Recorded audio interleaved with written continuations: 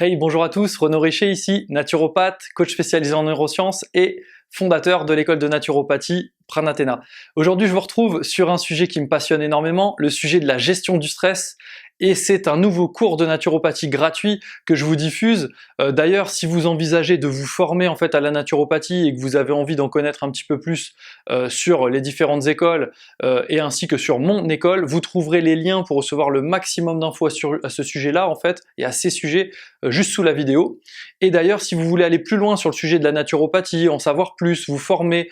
développer vos compétences, développer votre métier là-dedans, et puis tout simplement avancer pour votre propre santé, votre propre bien-être, n'hésitez pas à vous abonner à la chaîne et n'hésitez pas à liker les vidéos. Ça m'aide énormément à les faire connaître pour que justement plus de gens accèdent à ces informations et puissent en fait à leur tour les partager et surtout améliorer leur santé et leur bien-être. Donc le sujet du jour, la gestion du stress, c'est un sujet qui est passionnant parce que souvent on se dit il suffit d'apprendre en fait une technique de gestion du stress et ça y est, au lieu de vivre des situations stressantes et de mal le vivre en fait, et d'être mal émotionnellement là-dedans, ça bouillonne, c'est pas cool, en fait on va être bien et il y aura aucun problème. Comme si c'était complètement binaire. La réalité elle est complètement autre, la réalité c'est que la gestion du stress c'est un travail quotidien, puisqu'on vit toujours des nouveaux événements, que ça fait partie de la condition humaine, et que ces nouveaux événements en fait nécessitent finalement des nouveaux apprentissages et des nouveaux développements intérieurs pour faire face en fait, grâce à ces nouvelles ressources développer à ces phénomènes en fait potentiellement traumatiques qu'on peut avoir. Parfois c'est des stress un peu anodins, mais ça peut aller jusqu'à des traumas qui ensuite ont des répercussions très graves en matière de traumatisme. Et donc l'idée, si vous voulez, dans la gestion du stress, c'est de comprendre que souvent ce qu'on ne vous dit pas, c'est pourquoi vous avez un seuil de stress extrêmement bas, et aussi pourquoi vous passez dans un espèce de schéma compulsif à ce moment-là, où vous n'arrivez plus à rien gérer, et après coup vous dites mais merde, j'aurais jamais dû faire ça, et je suis le premier, franchement je vous donne pas du tout de leçon, je suis le premier à passer en mode gros con 10e dan lorsque je suis dans des phases de stress sur des choses que j'arrive pas à gérer, et plus j'avance, et plus effectivement je développe des ressources pour arriver à les gérer, et donc c'est juste une question d'étape et une question de compréhension notamment du mécanisme, de façon à être observateur de ce qui vous arrive, et de réussir petit à petit à dire ok cette fois j'ai pas géré, mais qu'est-ce que je mets en place pour mieux gérer la prochaine fois?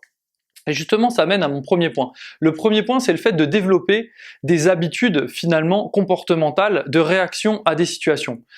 Il m'arrive souvent en fait de vivre des choses où je me dis putain mais j'aimerais bien ne plus jamais vivre ça. Et donc l'idée c'est de dire ok mais qu'est-ce que je dois développer en moi pour plus jamais vivre ça? Souvent on se dédouane en disant ouais mais c'est la faute des autres, regarde c'est un gros con, regarde ce qu'il m'a dit, je le méritais pas, etc. Ok, mais qu'est-ce que moi je dois développer à l'intérieur de moi pour que ça ne m'arrive plus jamais? Est-ce que peut-être je m'affirme pas assez face à cette personne et que du coup il se permet de me dire des trucs de gros con qui me font du mal? Peut-être que c'est ça. Peut-être que quand vous faites agresser physiquement, c'est parce que vous savez pas vous défendre, et donc que vous vibrez la peur et que la personne vient vers vous. Si demain vous savez lui faire une clé de bras, lui casser le bras, lui éclater la carotide, voire lui faire remonter les roustons dans l'abdomen, je peux vous garantir que y a de fortes chances que dans votre attitude, ça ne montre pas quelqu'un qui est en mode victime et qui va se faire agresser. Donc bien sûr, le fait de développer des habitudes comportementales qui vous permettent en fait d'avoir ce schéma un peu automatique, mais qui s'active lors de cas de stress, mais où justement l'habitude de bonne réaction en fait est déjà là, ça va permettre de désamorcer en grande partie ce phénomène. Ensuite, ce qu'il faut savoir, c'est que lorsque vous vivez un stress, parfois anodin, donc ça peut être quelqu'un qui vous critique et à ce moment-là vous ressentez de la honte, ou vous ressentez de la tristesse, etc. Mais en fait ce qui se passe c'est que ça réactive des blessures beaucoup plus profondes, qui sont parfois des traumas, et en fait si ces traumas n'ont pas été gérés, ils sont devenus des traumatismes en fait. Et ces traumatismes ils sont complètement douloureux, ils sont très douloureux, c'est des plaies béantes et extrêmement enflammées, extrêmement irritées, et donc au moment où quelqu'un ou quelque chose, la vie, vous amène une circonstance où ce stress appuie légèrement sur ce petit bouton, en fait ça vous fait démarrer au quart de tour parce que vous êtes déjà extrêmement blessé en fait à cet endroit. Et donc l'idée c'est que la gestion du stress, c'est pas seulement apprendre des outils et faire de la cohérence cardiaque, grosso modo, c'est pas seulement répéter je vais bien, tout va bien, et c'est pas seulement modifier ses croyances ou définir des exercices de gestion du stress comme on l'apprend dans des techniques de coaching que j'enseigne dans mon école avec mes élèves pour les techniques de coaching dédiées aux naturopathes pour aider les gens effectivement à redescendre leur état émotionnel et le stress, mais malgré tout, ça suffira jamais si, en profondeur, il y a des traumas qui sont devenus des traumatismes. Et donc l'idée, moi pour ça j'enseigne des techniques de libération émotionnelle, évidemment qui sont très intéressantes pour se libérer en fait de l'empreinte émotionnelle très ancrée et engrammée en fait dans nos schémas comportementaux, mais ça peut passer par plein de choses. Vous pouvez vous faire accompagner par des thérapeutes et puis vous pouvez aussi regarder sur internet comment faire pour travailler sur les traumatismes. D'ailleurs, si c'est un sujet qui vous intéresse, n'hésitez pas à m'en faire part, j'ai quelques experts sous la main pour parler de ça et je ferai avec grand plaisir des interviews de vidéos avec des gens 1 milliard de fois plus compétents que moi sur le sujet, ça serait vraiment d'ailleurs un bonheur pour moi parce que j'adore apprendre sur ce type de sujet. Donc l'idée c'est de comprendre que lorsqu'il y a des traumatismes, en fait vous êtes déjà avec la pédale d'accélérateur à fond la caisse, et donc il suffit un tout petit truc et vous démarrez au quart de tour, et donc finalement c'est pas un problème de gestion du stress, c'est un problème finalement de sursensibilité à des circonstances considérées comme stressantes. Enfin, il y a autre chose qui souvent est extrêmement peu évoquée, et d'ailleurs, si vous trouvez ça intéressant et que vous ne l'avez jamais entendu dans aucun sujet de gestion du stress, pensez à partager la vidéo dans des groupes autour de vous, etc. Parce que je sais que souvent quand j'en parle en formation, les gens ont beau avoir regardé beaucoup de contenu, me disent « on n'a jamais entendu parler de ça en matière de gestion du stress ». C'est la notion en fait d'inflammation systémique. L'inflammation systémique, en fait, c'est l'inflammation généralisée du corps, qui correspond aujourd'hui, d'après certaines études assez récentes, puisqu'on parle d'études qui ont eu lieu dans les 10 dernières années, là, qui se sont beaucoup intéressées à ce phénomène d'inflammation systémique. C'est une inflammation non douloureuse en fait et imperceptible, qui peut être douloureuse et perceptible, mais qui bien souvent touche tout le corps, et comme si le corps était dans un état voilà, enflammé, irrité, etc., mais sans que ce soit perceptible par la conscience, et sans que ce soit réellement douloureux. Donc on n'a pas les signes de l'inflammation habituels qui sont douleur, chaleur, rougeur et gonflement. On n'a pas ces signes-là et pourtant le cerveau lui capte effectivement, notamment au travers du nerf vague, va remonter une information sensorielle d'inflammation généralisée du corps qui va modifier vos comportements. Et en fait ce qui se passe c'est que lorsque cette inflammation systémique qui découle d'une multitude de petits stress déséquilibrant votre corps, mais qui n'ont rien à voir avec des stress forcément psycho-émotionnels, ça peut être des stress comme l'excès de glycémie ou au contraire les excès d'hypoglycémie. Ça peut être la température corporelle, la température extérieure, ça peut être le fait de trop manger, de mal digérer, ça peut être une flore intestinale, ça peut être tous les paramètres physiologiques en fait qui entraînent un déséquilibre du corps et qui nécessitent le travail en fait des fonctions vitales pour rééquilibrer et ramener à l'état d'homéostasie.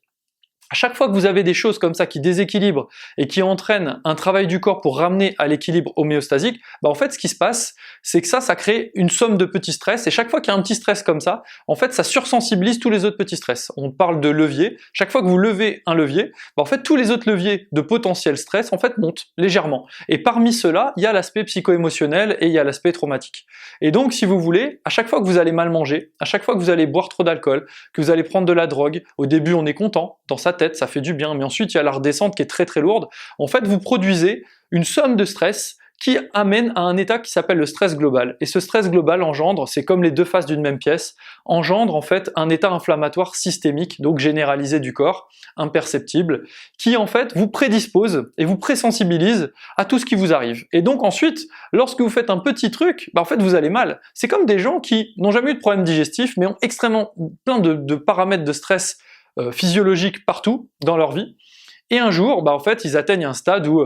malgré une alimentation adaptée, leur digestion ne va plus bien du tout, et donc on ne comprend pas d'où ça vient, parce qu'on a un paramètre digestif alimentaire en fait qui semble pertinent, et on s'aperçoit là que c'est une influence qui est tout autre,